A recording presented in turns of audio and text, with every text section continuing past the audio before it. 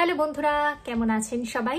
Simply আবান্তিকার নতুন একটি ভ্লগে আপনাদের স্বাগত জানাই। আজকে বেশ কিছুদিন হয়ে গেল আমরা আমেরিকাতে বসবাস করছি।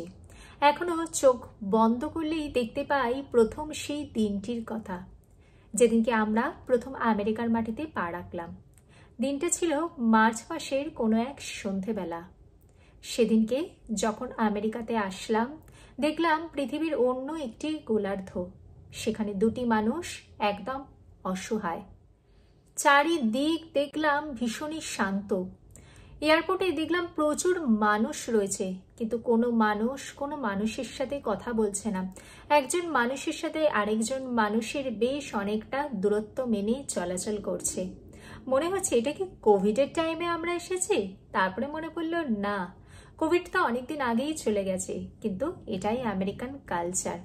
এত মানুষ রয়েছে কিন্তু একটুও কোথাও কোনো হইহট্টগোল বা একদম কোনো আওয়াজই নেই, যেটা আমরা আমাদের দেশ থেকে যখন চলে এসেছি তখন সেটাকে ভীষণই মিস করতে লাগলাম। তারপরে যখন রাস্তায় বেরোলাম, দেখলাম রাস্তাতে প্রচুর গাড়ির যেন মেলা, কিন্তু রাস্তাতে একটুও কোথাও হর্ন নেই, কোথাও কোনো পলিউশন নেই। সমস্ত গাড়িগুলো ভীষণ স্পিডে হুসুস করে পাশ দিয়ে বেরিয়ে চলেছে। আমেরিকাতে প্রথম এসে একটি হোটেলে উঠেছিলাম। সেই হোটেলে বেশ কিছুদিন থাকার পর তারপরে আমরা অ্যাপার্টমেন্ট দেখে অ্যাপার্টমেন্টে শিফট করে যাই। প্রথম আমেরিকাতে আসার পর কি কি আনএক্সপেক্টেড জিনিস আমাদের সাথে ঘটেছিল সেইগুলোই আজকে এই ভিডিওর মাধ্যমে আপনাদের সাথে শেয়ার করব। আমেরিকাতে যারা প্রথমবার আসবেন তারা কি কি চেঞ্জেস ফিল করতে পারবেন সেইগুলোই আজকে আপনাদের সাথে গল্প করব। চলুন তাহলে স্কিপ না করে পুরো ভিডিওটা আমার সাথে থাকুন। ভিডিওটি ভালো লাগলে লাইক করবেন আর অবশ্যই চ্যানেলটিকে সাবস্ক্রাইব করবেন। আমেরিকায় এসে দেখলাম আমেরিকার পাবলিক ট্রান্সপোর্টের অবস্থা বেশ খারাপ। সেটা সীমাবদ্ধ রয়েছে শুধুমাত্র নিউ ইয়র্ক, নিউ জার্সি বা ক্যালিফোর্নিয়ার কিছু বড় বড় শহরগুলির মধ্যে। অন্যান্য যে সমস্ত মাঝারি বা ছোট মানের শহর রয়েছে, যেরকম ধরুন আমরা থাকি টেক্সাসের হিউস্টন শহরে, সেই সমস্ত অঞ্চলে কিন্তু পাবলিক ট্রান্সপোর্টের অবস্থা বেশ খারাপ। সেখানে যোগাযোগের একমাত্র মাধ্যম হলো আপনার নিজস্ব গাড়ি বা ক্যাব সার্ভিস। নিজস্ব গাড়ি নিতে গেলে কিন্তু ড্রাইভিং লাইসেন্স মাস্ট। সেক্ষেত্রে যারা প্রথম আমেরিকাতে আসবেন তাদেরকে বলবো নিজের দেশ থেকে ড্রাইভিংটা শিখে আসুন এবং আপনার যে ড্রাইভিং লাইসেন্স রয়েছে সেই লাইসেন্সটিকে ইন্টারন্যাশনাল ড্রাইভার্স পারমিটে কনভার্ট করিয়ে আনুন। তাহলে আমেরিকায় আসার পর প্রাথমিক অবস্থায় আপনার অনেকটা সুবিধা হবে। আমেরিকাতে যখন আপনি নিজস্ব গাড়ি ড্রাইভ করবেন তখন কিন্তু ভীষণভাবে মাথায় রাখবেন এখানকার ট্রাফিক রুলস সম্পর্কে। তবে ট্রাফিক রুলস এটাও কিন্তু অনেক সময়তে স্টেট টু স্টেট ভ্যারি করে থাকে। তবে সব সময়তে কিন্তু রেড লাইট বা স্পিড লিমিটটা কিন্তু ভীষণভাবে ফলো করবেন, নয়তো কিন্তু বিশাল টাকা আপনাকেও হয়তো ফাইন দিতে হতে পারে। নেক্সট আসছি আমেরিকার চিকিৎসা ব্যবস্থা। আমেরিকার চিকিৎসা ব্যবস্থা মধ্যবিত্তের আয়ত্তের বাইরে, এক কথায় বলতে গেলে। আমরা অনেক সময়তেই শুনে থাকি আমাদের দেশে বিশেষ করে যে ফিল্ম স্টারেরা আমাদের দেশ থেকে আমেরিকাতে আসে চিকিৎসা করতে, কিন্তু আমরা মধ্যবিত্ত বাঙালি অপেক্ষা করে থাকি কখন দেশে যাব, দেশে গিয়ে আমাদের ট্রিটমেন্ট করাবো। আমেরিকার চিকিৎসা ব্যবস্থা ভীষণই ব্যয়বহুল।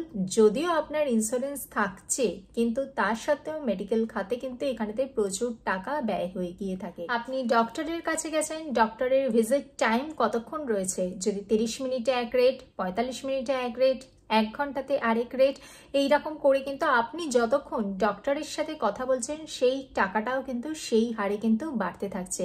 অনেক সময়তেই কিন্তু একটা ডাক্তারের ভিজিটে 25, 30, 35 হাজারও কিন্তু খরচা হয়ে যেতে পারে। আর ইউএসজি বা এমআরআই করতে গেলে তাতেই তো আমাদের দেশে একটা অপারেশনই হয়ে যায় মনে হয় যায়। নেক্সট আসছে ড্রেস কোড। বিশেষত যারা আমাদের মতো মহিলারা যারা ভাবছেন আমেরিকাতে এসে চাকরি করবেন, তারা ভাবছেন যে দেশ থেকে আসার সময় ফর্মাল ওয়্যার নিয়ে আসবেন এবং এখানকার অফিসগুলোতে সবসময়তে ফর্মাল ওয়্যারেই আসতে হবে, সেটা কিন্তু সবসময়তে হয় না। এটা ডিপেন্ড করছে আপনি কোন অফিসেতে জব করছেন এবং সেই অফিসের কি ড্রেস কোড রয়েছে। অনেক সময়তে অনেক অফিসেই দেখতে পাওয়া যায় যে মহিলারা সবসময়তে হয়তো ফর্মাল ওয়্যারে যাচ্ছেন নয়। তবে যেটা আপনাকে দেশ থেকে আসার সময় মনে করে নিয়ে আসতে হবে সেটা হলো এথনিক ওয়্যার। এখানকার যে কোনো উৎসব বা যে কোনো কালচারাল অনুষ্ঠানে দেখবেন এখানকার মহিলা এবং পুরুষরা ভীষণভাবে দেশীয় সংস্কৃতিতে, দেশীয় রীতিনীতি ভীষণভাবে মেনটেন করে। এখানকার যে কোনো পুজো পুজোতে বা যে কোনো উৎসবেতে কিন্তু ভীষণভাবে শাড়ি বা সালোয়ার বা পুরুষদের ক্ষেত্রে বলবো পাঞ্জাবি পাজামার কিন্তু ভীষণভাবে প্রচলন দেখতে পাওয়া যায়। এবং তার সাথে পরার জন্য অবশ্যই আপনাকে কিন্তু মানানসই জুতোটা কিন্তু সাথে করে নিয়ে আসতে হবে। আমেরিকাতে হয়তো প্রচুর পরিমাণে স্পোর্টস শুর প্রচুর চলন রয়েছে, কিন্তু দেশীয় সংস্কৃতি, দেশীয় এথনিক ওয়্যারের পরার মতো চপ্পল হয়তো অতটা আপনি পাবেন না। আপনার পছন্দসই হয়তো আপনি নাও পেতে পারেন, সেক্ষেত্রে আপনার নিজের ব্যবস্থাটা নিজেকেই করে আনতে হবে। আর আমেরিকাতে আসার আগে রান্নাটা কিন্তু অবশ্যই আপনাকে শিখে আসতে হবে। আমেরিকাতে এসে দেখবেন যে আপনি আমেরিকান, মেক্সিকান, চাইনিজ, জাপানিজ প্রচুর ধরনের রেস্টুরেন্ট পাবেন, কিন্তু আপনার নিজের হাতে তৈরি মাছের স্বাদ বা নিজের হাতে তৈরি আলু পোস্তর বড়া, সেই স্বাদটা কিন্তু আপনি কোনো রেস্টুরেন্টে পাবেন না। তার জন্য কিন্তু আপনাকে নিজেকেই বানিয়ে নিতে হবে। তার জন্য অবশ্যই রান্নাটা কিন্তু একটু আপনাকে শিখে আসতে হবে। আর অবশ্যই ঘর গৃহস্থালির কিছু কাজও আপনাকে শিখে আসতে হবে, কারণ আমেরিকাতে ডোমেস্টিক হেল্প পাওয়া যায় না। সেক্ষেত্রে আপনাকে কিন্তু জুতো সেলাই থেকে চণ্ডীপাঠ সমস্ত কাজে কিন্তু পারদর্শী থাকতে হবে। আর অবশ্যই কমিউনিকেশন স্কিলটাকে একটু সড়গড় করে আসবেন। আমেরিকায় আসার বেশ কিছুদিন আগে থেকে আপনি ইংলিশ মুভি বা ইংলিশ নিউজ চ্যানেল বা ইংলিশ পেপার এগুলো কিন্তু রীতিমতো পড়তে শুরু করবেন, নয়তো কিন্তু আমেরিকায় আসার পর আপনাকে কিন্তু দৈনন্দিন কার্যাবলী চালাতে কিন্তু একটু প্রবলেম হবে। ইংরেজিটা হয়তো আমরা কম বেশি সকলেই জানি, কিন্তু এখানে আমেরিকান অ্যাকসেন্ট সেটা বোঝা কিন্তু একটু কষ্টকর হয়ে যায়। সেক্ষেত্রে আমাদের ভীষণভাবে সুবিধা করে আমেরিকান কোনো নিউজ চ্যানেল বা কোনো ইংলিশ মুভি, সেইগুলো যদি আপনার দেখার অভ্যেস থেকে থাকে তাহলে কিন্তু আমেরিকাতে এসে কমিউনিকেশন সংক্রান্ত প্রবলেম হয়তো আপনার আর হবে না। বাঙালিরা যখন নিজের দেশ থেকে আমেরিকায় আসে তখন কম বেশি সমস্ত বাঙালি কিন্তু এই প্রবলেমটি ফেস করে, সেটা হলো ওয়াশরুম সংক্রান্ত প্রবলেম। এখানকার ওয়াশরুমে জল বলতে ব্যবহার হচ্ছে শুধুমাত্র হ্যান্ড বেসিন আর হচ্ছে বাথটাব বা শাওয়ার এরিয়া। এখানে টয়লেট এরিয়াতে কিন্তু জলের ব্যবহার নেই। টয়লেট এরিয়াতে আপনাকে কিন্তু টিস্যু পেপার ব্যবহারে অভ্যস্ত হতে হবে। আমেরিকাতে আসার আগে এই ব্যাপারগুলো একটু মাথায় রাখবেন। আর এখানেতে কিন্তু জামা কাপড় যে শুকোনোর যে জায়গাটা সেটা কিন্তু আপনাকে নিজের ঘরের মধ্যেই করতে হবে।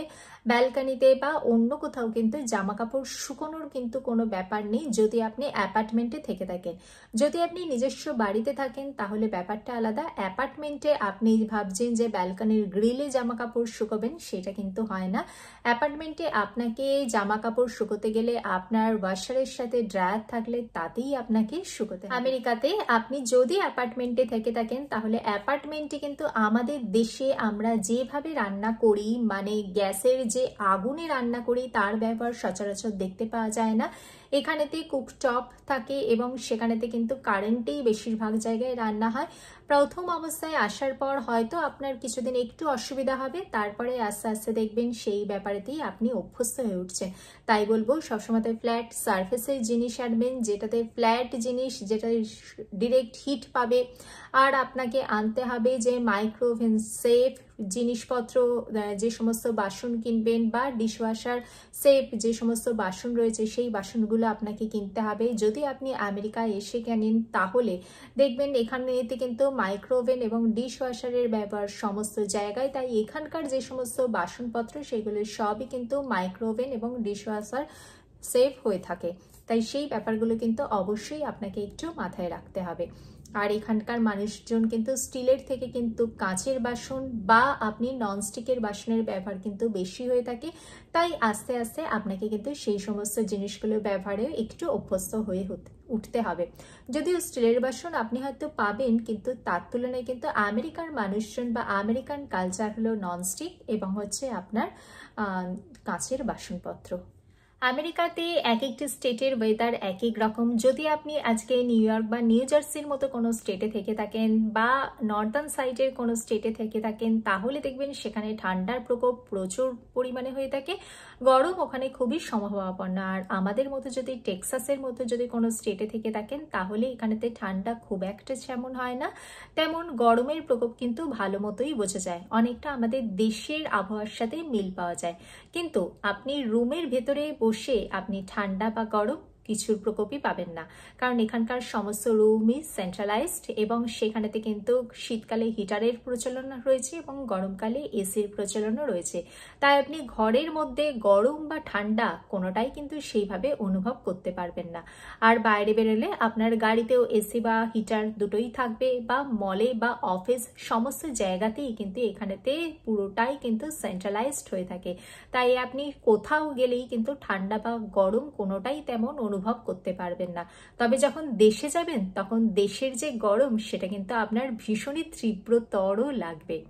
আর আরেকটি কথা, আমেরিকাতে যখন আপনি ড্রাইভ করবেন তখন দেখবেন আমাদের দেশে আমরা যেরকম ড্রাইভারের সিটটা গাড়ির রাইট হ্যান্ড সাইডে থেকে থাকে, এখানে ড্রাইভারের সিটটা গাড়ির লেফট হ্যান্ড সাইডে থেকে থাকে। সেরকমভাবে গাড়ি চলাচলেরও কিছু দিক পরিবর্তন হয়ে থাকে, সেই ব্যাপারগুলোও কিন্তু অবশ্যই আপনাকে একটু মাথায় রাখতে হবে। নেক্সট আসছে পড়াশোনা সম্পর্কে। আমাদের দেশে আমরা অনেক সময়তেই দেখতে পাই যে মধ্যবিত্ত বাঙালি সমাজ আমরা আমাদের সন্তানদের পাবলিক স্কুলের পরিবর্তে প্রাইভেট এবং ইংলিশ মিডিয়াম স্কুলেতে বেশি বাচ্চাদেরকে অ্যাডমিশন করাই। আমরা পাবলিক স্কুলের উপরেতে তেমনভাবে ভরসা করতে পারি না। পাবলিক স্কুলের পড়াশোনার মান নিয়ে অনেক সময়তেই অনেক রকম প্রশ্ন তুলি। যদিও আমি কখনোই বলছি না পাবলিক স্কুল ভালো না, প্রাইভেট স্কুল ভালো, কিন্তু আমেরিকাতে আসার পর আমরা দেখতে পাই যে এখানে অনেক মধ্যবিত্ত সমাজ তাদের সন্তানদের পাবলিক স্কুলেতে পড়াশুনো করান এবং পাবলিক স্কুলের পড়াশোনার মান অনেক উন্নত মানের, এবং পাবলিক স্কুলে 18 বছর পর্যন্ত বাচ্চাদের যে পড়াশোনা সেটা কিন্তু পুরোটাই ফ্রি। আমেরিকাতে আসার পর অনেক মানুষই কিন্তু তাদের সন্তানদের সেই পাবলিক স্কুলেই কিন্তু পড়াশোনা করিয়ে থাকে। আমি এই ভিডিওর মাধ্যমে প্রথম যারা দেশ থেকে আমেরিকায় আসার পর কি কি জিনিস তারা প্রথম ফেস করেন বা কি কি বিষয়তে কিছু কিছু প্রবলেম হতে পারে সেই সমস্তটাই আপনাদের সাথে শেয়ার করলাম। এক্ষেত্রে আমি আমার কিছু ব্যক্তিগত এক্সপিরিয়েন্স আপনাদের সাথে শেয়ার করলাম। ভিডিওটি ভালো লাগলে লাইক করবেন, চ্যানেলটিকে সাবস্ক্রাইব করবেন। দেখা হচ্ছে পরবর্তী ভিডিওতে। ভালো থাকবেন, সুস্থ থাকবেন। নমস্কার।